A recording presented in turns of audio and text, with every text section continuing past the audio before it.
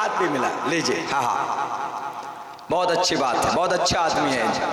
You are गुरु ज्ञानी। हमने कहा गुरु ज्ञानी की बात नहीं है, ये जो भूसा भरा हुआ ना इस्लाम के ताल्लुक से, मुसलमानों के ताल्लुक से, हमेशा कि भाई नापाक होते हैं, ये अच्छे नहीं होते हैं, जालिम होते हैं, तरह तरह के इल्ज़ामात लगाकर इनको करो। जो आज भाई दिल्ली के अंदर में जुमे की नमाज हफ्ते में एक दिन आती है ना, इज़ा नूदिया लिस्सलाति मिन यौमिल जुमअति फसअू इला ज़िक्रिल्लाहि व ज़रुल बै', एक दिन जुमे की नमाज आती। उस नौजवान को घूसा मारा गया, लेकिन उस नौजवान ने पलटकर कोई जवाब नहीं दिया। अगर वहीं पर किसी पूजा प्रार्थना करने वाले को थप्पड़ मारा जाता तो आग लगा दिया होता। कुछ नौजवानों ने, हिंदुस्तान के हिंदू भाइयों ने भारत के अंदर में, उनका घर पर बुलडोजर चल चुका होता, लेकिन सिर्फ सस्पेंड कर दिया पुलिस वाले को। सस्पेंड नहीं, जेल में डालो उसको। नमाज के वक्त में कैसे हाथ उठाया? नमाज के वक्त में हाथ नहीं उठाया जा सकता। किसी की पूजा के वक्त में जब हाथ नहीं उठाया जा सकता तो नमाज तो बदरजे औला। नमाज पढ़ा, सजदे में था बेचारे, सजदे में सबसे ज़्यादा करीब होता है ना, सजदे में मुक़द्दस पेशानी झुका के रहता है, अल्लाह के करीब होता है। उस सजदे में पैर से मार रहा है, बताइए।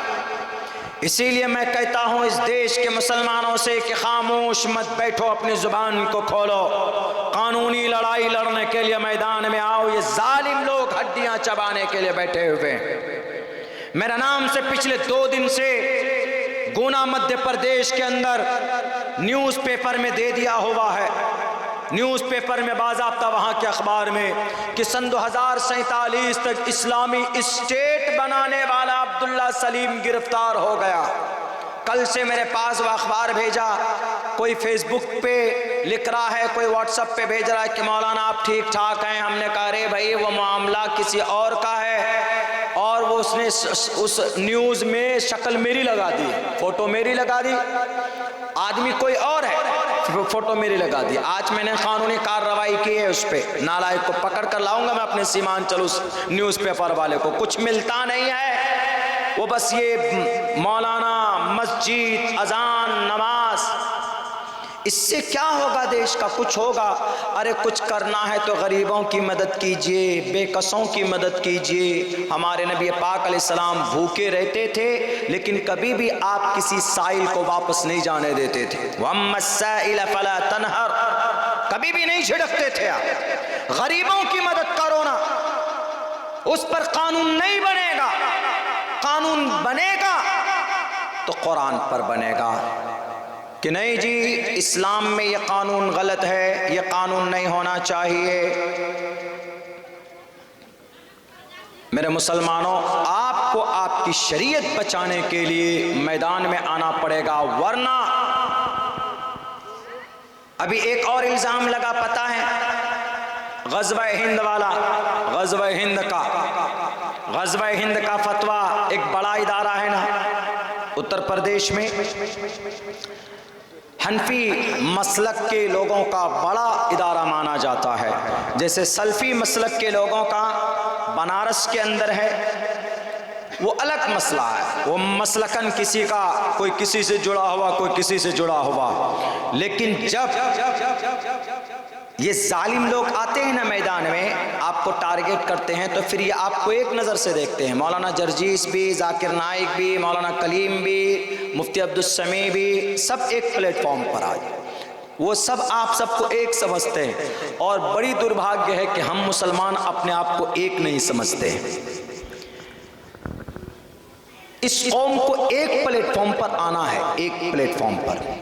इबादत आपको जैसी करनी है आप अपने कुरान और हदीस की रोशनी में कीजिए। कोई मसला समझ में नहीं आता है तो आप अपने अपने उलमा से समझिए, लेकिन समाजी एतबार से टोटल कलमा पढ़ने वालों को एक प्लेटफॉर्म पर आना होगा। नहीं आएंगे, बिखरे हुए रहेंगे, तो पता है क्या होगा? एक एक करके चुन चुन कर जेल के अंदर डाल दिए जाएंगे, चुन चुन कर, कोई बोलने वाला नहीं होगा। तो उन्होंने क्या कहा? ग़ज़वा हिंद, एक हदीस है नसई के अंदर, उसके अंदर में ये बात लिखी हुई है कि अल्लाह के नबी फरमाते हैं कि एक गज़वा होगा हिंदुस्तान में, जंग होगी, लड़ाई होगी। उस जंग में जो भी शरीक होगा और शहीद होगा उसका बहुत बड़ा दर्जा होगा। इतनी बात है और कुछ नहीं है। तो पता है किसी ने दारुल देवबंद में जाकर पूछा, सवाल किया उस हदीस के बारे में, तो उन्होंने बताया कि ये हदीस है नसई में, मुस्नद अहमद में, 2 किताब में है। उसकी सही हदीस है, उसकी सेहत के एतबार से कितनी स्ट्रॉन्ग है तो उलमा हदीस बताएंगे, लेकिन नसई के अंदर में है, नसई साहिह सित्ता में से आती है। बुखारी है सबसे बड़ी किताब, मुस्लिम शरीफ है, तिरमिजी है, अबू दाऊद है, इब्न माजा है, नसई है, मुस्नद अहमद है, तो उन्हीं में से हदीस है। तो देवबंद में दारुल में किसी ने पूछा कि भाई ये जो हदीस है ग़ज़वा हिंद का शॉर्ट ये समझिए आसान लफ्ज़ों में, जंग, भारत से जंग, भारत से जंग, ग़ज़वा हिंद, ग़ज़वे मतलब वो जंग जिसमें अल्लाह के नबी बज़ाते खुद शरीक हुए हों, हिंद का मतलब हिंदुस्तान। तो उन्होंने इसका मतलब क्या लिया, ये एक हैं यती नरसिंहानंद जी, उन्होंने कहा कि इस्लाम में जो हदीस की किताब है उस हदीस की किताब में भारत से जंग करने की तैयारी बताई गई है। अब उन्होंने दारुल देवबंद में नोटिस पे नोटिस कि ये लीजिए आप ग़ज़वा हिंद की तैयारी कर रहे हैं, आप बच्चों को तैयार कर रहे हैं, आप तलवार सिखा रहे हैं, हमारे किसी भी मदरसे में, चाहे वह दारुल देवबंद हो, चाहे वो जामिया सल्फिया बनारस हो, चाहे वो मुस्लिम अलीगढ़ यूनिवर्सिटी हो, चाहे वो जामिया मिल्लिया हो, चाहे वो कोई भी मदरसा हो, कहीं पर तलवार सिखाई जाती है, कहीं पर बम फोड़ना बनाना सिखाया जाता है, कहीं पर भी नहीं। बल्कि मदरसों में किसकी तालीम होती, मदरसों में कुरान की तालीम होती, मदरसों में हदीस की तालीम होती है। जहाँ पर भी हमारे मकातिब चलते वह कुरान कैसे पढ़ना है बच्चों को सिखाया जाता है, बिस्मिल्लाहिर्रहमानिर्रहीम कैसे पढ़ेंगे बच्चों को ये बताया जाता है। हमारे मदरसों में जंग की ट्रेनिंग नहीं दी जाती। दारुल देवबंद में ग़ज़वा हिंद का आरोप लगाकर उसको तोड़ने की कोशिश की जा रही है। भारत के मुसलमानों को एक प्लेटफॉर्म पर आकर उसका विरोध करना चाहिए, उसकी कानूनी लड़ाई लड़नी चाहिए। इसलिए कि अल्लाह के नबी की हदीस भी है, मन रआ मिनकुम मुनकरन फल्युग़य्यिरहु बियदिही। भारत के संविधान ने कानूनी लड़ाई लड़ने की परमिशन दी है। अगर कल चलकर आपकी मस्जिद को, जिस मस्जिद की तामीर के लिए आप जलसा कर रहे हैं, खुदा न खास्ता जालिम लोग ये आपके बंगाल के अंदर कुर्सी पर बैठ जाएं, इनकी पावर और इनकी ताकत आ जाए और हर मस्जिद की सर्वे कराएं, ये मस्जिद पुरानी मस्जिद, और ये कहे कि ये मस्जिद तो गलत तरीके पर बनाई गई है, हम बुलडोजर से इसको बुलडोज करेंगे।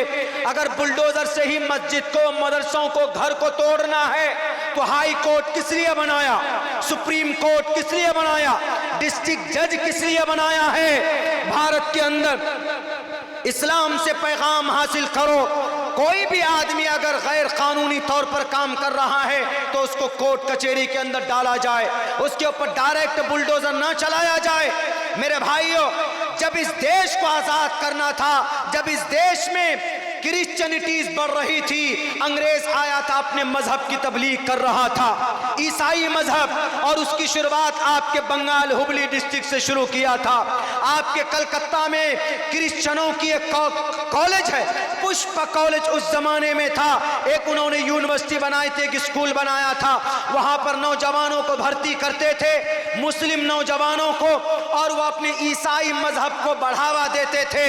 लेकिन जब देखा पूरे भारत के अंदर ये ईसाई मजहब की तबलीग कर रहा है क्रिश्चियन, तो एक आलिम दीन शाह वलीउल्लाह मुहद्दिस देहलवी 1842 के अंदर वो उठते हैं और फिर कुरान का तर्जमा लोगों के सामने पेश करते हैं, कुरान करीम पढ़कर सुनाते हैं, कुरान का दर्स देते हैं ताकि इस्लाम इनके दिलों में जिंदा हो। क्रिश्चियन से मोहब्बत ना करे, क्रिश्चियन मजहब से अपने क्रिश्चियन मजहब को ना कबूल कर ले। मौलाना शाह वलीउल्लाह मुहद्दिस देहलवी, उनका इंतकाल हो जाता, उनके बेटे शाह अब्दुल अजीज मुहद्दिस देहलवी आते, वो तफसीर लिखते हैं, कुरान करीम की तफसीर लिखते हैं, उनका इंतकाल हो जाता है। और उन्होंने इस देश के अंदर धर्म को भी बचाया है मौलाना शाह अब्दुल अजीज मुहद्दिस देहलवी ने, और फिर अपने इस मुल्क को भी बचाया। उन्होंने एक तरफ मदरसे बनाए, दूसरी तरफ मुजाहिदीन को पैदा किया। मदरसों से हमारा धर्म बचता है और मुजाहिदीन से हमारा देश बचता है। दारुल देवबंद की बुनियाद डाली गई 1866 के अंदर। किस लिए? बुखारी पढ़ाया जाए। बुखारी शरीफ है, बुखारी शरीफ कुरान करीम के बाद सबसे मुस्तनद किताब अगर कोई है तो बुखारी शरीफ। मैंने बुखारी की पहली हदीस इन्नमल अमालु बिन्नियात, ये पहली हदीस है। इन्नमल अमालु बिन्नियात बड़ी हदीस है, छोटा टुकड़ा। मैंने ये हदीस शरीफ 31 सनद के साथ जनाब मोहम्मद रसूलुल्लाह सल्लल्लाहु अलैहि वसल्लम से पढ़ी। मुझे सनद तक याद है, एक एक लफ्ज याद है। मैंने यह हदीस शरीफ मुफ्ती सईद अहमद साहब पालनपुरी से पढ़ी, उन्होंने मौलाना फखरुद्दीन अल्लामा इब्राहिम बलियावी से पढ़ी, उन्होंने शेखुल इस्लाम हुसैन अहमद मदनी से पढ़ी, उन्होंने अल्लामा अनवर शाह कश्मीरी से पढ़ी, उन्होंने शेखुल हिंद मुफ्ती महमूद हसन से पढ़ी, उन्होंने कासिम नानोतवी से पढ़ी, उन्होंने शाह अब्दुल गनी मुजद्दिदी से पढ़ी, उन्होंने शाह मोहम्मद इसहाक देहलवी से पढ़ी, उन्होंने शाह अब्दुल अजीज मुहद्दिस देहलवी से पढ़ी, उन्होंने शाह वलीउल्लाह मुहद्दिस देहलवी से पढ़ी, उन्होंने शेख अबू ताहिर कुर्दी से पढ़ी, उन्होंने इब्राहिम कोरानी कुर्दी से पढ़ी, उन्होंने हज्जार इब्ने सोहना से पढ़ी, उन्होंने शन्नावी से पढ़ी, उन्होंने अल्लामा रमली से पढ़ी, उन्होंने ज़करिया अंसारी से पढ़ी, उन्होंने हाफिज इब्ने हजर अस्क़लानी से पढ़ी, उन्होंने तन्नूखी से पढ़ी, उन्होंने ज़बीदी से पढ़ी, उन्होंने अबुल वक्त से पढ़ी, उन्होंने दाऊदी से पढ़ी, उन्होंने इब्ने हमूया से पढ़ी, उन्होंने फिरबरी से पढ़ी, उन्होंने इमाम बुखारी मोहम्मद बिन इस्माइल बिन इब्राहिम बिन मुगीरा बिन बर्दिस बतल जोफी अल अमानी इमाम बुखारी से पढ़ी। और इमाम बुखारी ने यह हदीस शेख हुमैदी से पढ़ी, शेख हुमैदी ने हदीस सुफियान बिन उयैना से पढ़ी, सुफियान बिन उयैना ने इस हदीस को मोहम्मद यहया बिन सईद अंसारी से पढ़ी, यहया बिन सईद अंसारी ने मोहम्मद बिन इब्राहिम तैमी से पढ़ी, मोहम्मद बिन इब्राहिम तैमी ने सहाबी रसूल हजरत अलक़मा बिन वक्कास लैसी रज़ी अल्लाह ताला अन्हु से पढ़ी। हजरत अलक़मा फरमाते हैं कि समिअत उमर इब्न अल-ख़त्ताब अलल मिंबर यक़ूल क़ाल नबी सल्लल्लाहु अलैहि वसल्लम इन्नमल अमालु बिन्नियात। ये है बुखारी तक हमारी सनद। तो हमारे पढ़ने पढ़ाने वाले जो मदारिस में होते हैं यही चीज़ पढ़ाई जाती है। किसी ने आज तक यही दारुल है देवबंद 1866 में जब इसकी बुनियाद डाली गई तब से लेकर आज तक 2 लाख उलमाए किराम पैदा हुए। 2 लाख आज तक किसी एक भी आलिम ने, कोई एक भी आलिम आतंकवाद बना? कोई नहीं बना। लेकिन फिर क्या करें? ग़ज़वे हिंद की तैयारी, अगर ग़ज़वे हिंद की तैयारी के लिए दारुल की बुनियाद डाली जाती या जामिया सल्फिया बनारस की बुनियाद डाली जाती तो वहाँ से तो लड़ने वाले पैदा होते, तलवार वाले पैदा होते। लेकिन नहीं, वहाँ से कौन पैदा होते? बड़े बड़े उलमा पैदा होते हैं, बड़े बड़े अल्लाह वाले पैदा होते हैं, अल्लाह के वली पैदा होते हैं, कुरान करीम की मुफस्सिर पैदा होते हैं, अहादीस की वजाहत करने वाले पैदा होते हैं। हाँ, ग़ज़वे हिंद अब नहीं, क्योंकि सामने जो दबंग था, जो जिना करने वाले सलाम की मदद की थी, लेकिन जब मरने का वक्त आता है, मरने का वक्त आता है तो अल्लाह के नबी अलैहिस्सलाम कोशिश करते हैं कि चचा आप एक मर्तबा कलिमा पढ़ लीजिए, आपने मेरी मदद की है, आप हर मौके पर मेरे साथ रहे हैं, लेकिन अगर आप एक मर्तबा कलिमा पढ़ लोगे तो हम आपको जन्नत में ले जाने के जिम्मेदार हैं, गारंटी मैं देता हूँ। लेकिन अल्लाह के तरफ से कुरान करीम की आयत नाजिल होती है कि मोहम्मद तुम किसी को हिदायत नहीं दे सकते, इन्नका ला तहदी मन अहबब्त वलाकिन्नल्लाह यहदी मन यशा। अल्लाह हिदायत का मालिक है, अल्लाह जिसको चाहे उसको हिदायत देगा। तुम्हारा चचा जरूर है लेकिन हिदायत इसको देना तुम्हारी जिम्मेदारी नहीं है। कहाँ जाता है कि अबू तालिब का इंतकाल होता है, बे इख्तिलाफ रिवायत जहन्नम में चले जाते हैं। क्यों?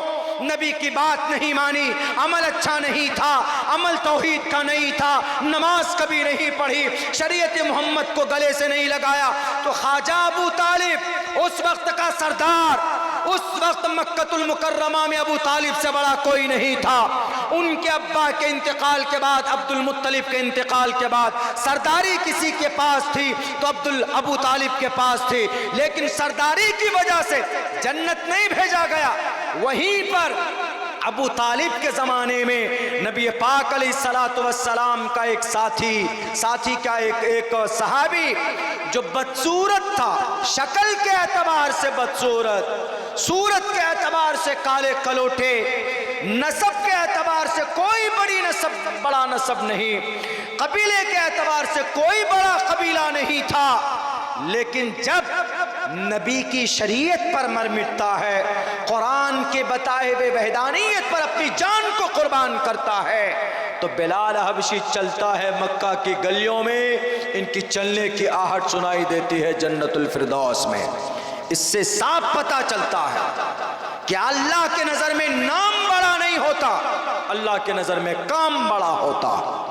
उधर अब्दुल मुत्तलिब के बेटे अबू तालिब है, 42 साल तक नबी के साथ, लेकिन जब कुरान शरीयत के खिलाफ अकीदा था, थोड़ा इख्तलाफी मसला है, कुरान और शरीयत के खिलाफ अकीदा था, तो कहा जाता है बेइख्तिलाफ रिवायत कोई भी इनका नाम काम नहीं आया। लेकिन वहीं पर कौन, बिलाल हबशी, कौन गुलाम थे ना, गुलाम। बदसूरत इंसानों का नाम अगर लिस्ट तैयार की जाए ना, तो बदसूरत इंसानों का नाम में बिलाल हबशी का नाम सबसे पहले आएगा। मैंने कहा ये देखिए गुरुजी, हमने कहा कि आपको एतराज था ना कुरान पे, कुरान में भी यही बात कही गई है जो आपके वेद में, गुरुर पुराण में 7872 साल पहले कहा। किसने? वेद व्यास जी ने। शूद्रो ब्रह्मण तामिति ब्रह्मण चैति शूद्रताम क्षेत्रीय जाति। बात पूरी भी नहीं हुई थी, हमारा स्टेशन आ गया टाटा जमशेदपुर, हम चले गए। उसके बाद तो कितने ठोकर लगे, कुछ नहीं बोला, दिमाग ठिकाने पे आ गए उसके। पहले से अपना भाव जमाते हैं ना, उसके बाद तो हाथ भी लगे पैर भी लगे।